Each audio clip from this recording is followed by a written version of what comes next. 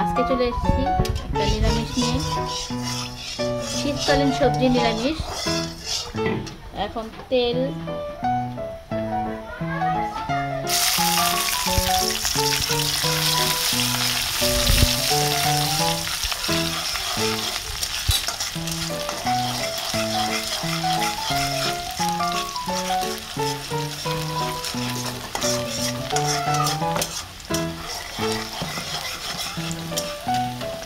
পেঁয়াজটা হালকা বাদামি হওয়ার সাথে সাথে এখানে পর্যাপ্ত মতো লবণ,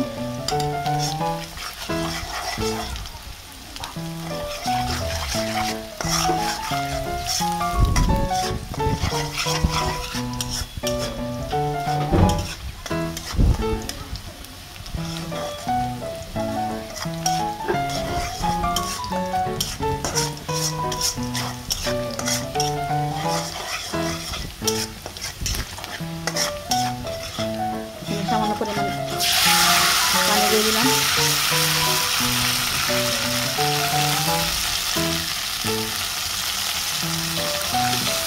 ঝাল আপনারা বুঝে ফেলেন যতটুকু ঝাল খেতে চান।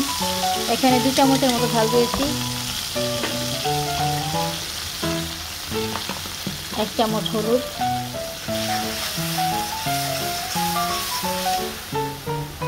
ঝাল আপনারা যেরকম খেতে চান সেরকম দিতে পারবেন। এখানে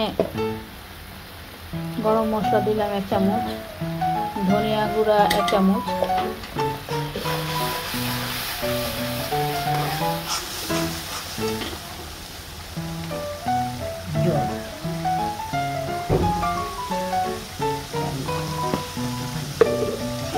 একটু পানি দিয়ে দিলাম যাতে করে মশলাটা ভালোভাবে কষানো হয়ে যায়।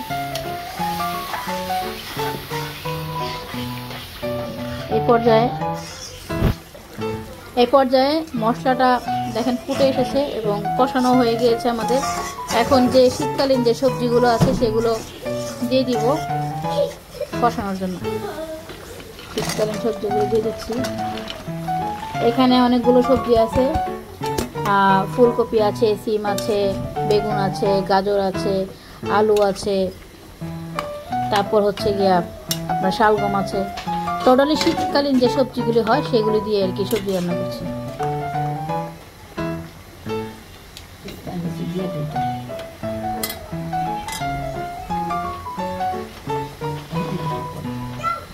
এখন পানি দিলাম, একটু গরম পানি দিলাম এখানে।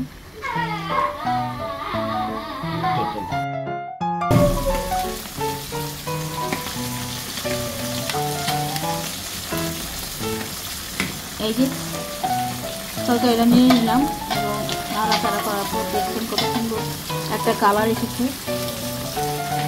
এই পর্যায়ে আরো কিছু বড় বড় ফুলকপি দিয়ে দিলাম। এগুলি হালকা সিদ্ধ করেছিল, সিদ্ধ করা ফুলকপিগুলো দিলাম হালকা সিদ্ধ।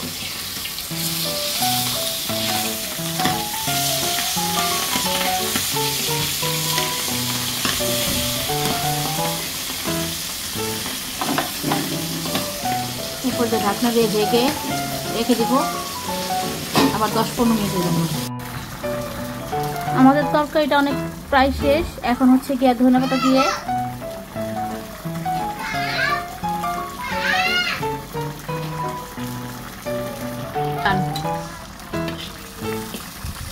ধনেপাতা দেওয়া শেষ। এখন তরকারিটা কালারটা আপনারা দেখতে পাচ্ছেন, খুব সুন্দর একটা কালার আসছে। স্বাদের জন্য একটু চিনি দেওয়া হলো আর লবণও দেওয়া হলো। Almost done.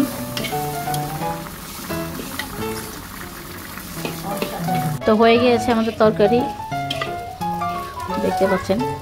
এখন আমি টেস্ট করে দেখবো কেমন হয়েছে।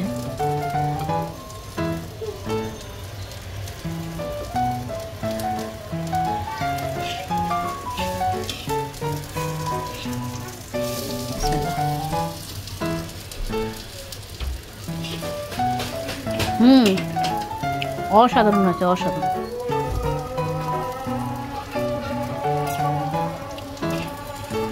আপনারা যদি আপনাদের যদি এই তরকারি ভালো লাগে তো আমাদের চ্যানেলকে লাইক দিবেন, কমেন্ট করে জানাবেন এবং প্লিজ সাবস্ক্রাইব করতে ভুলবেন না।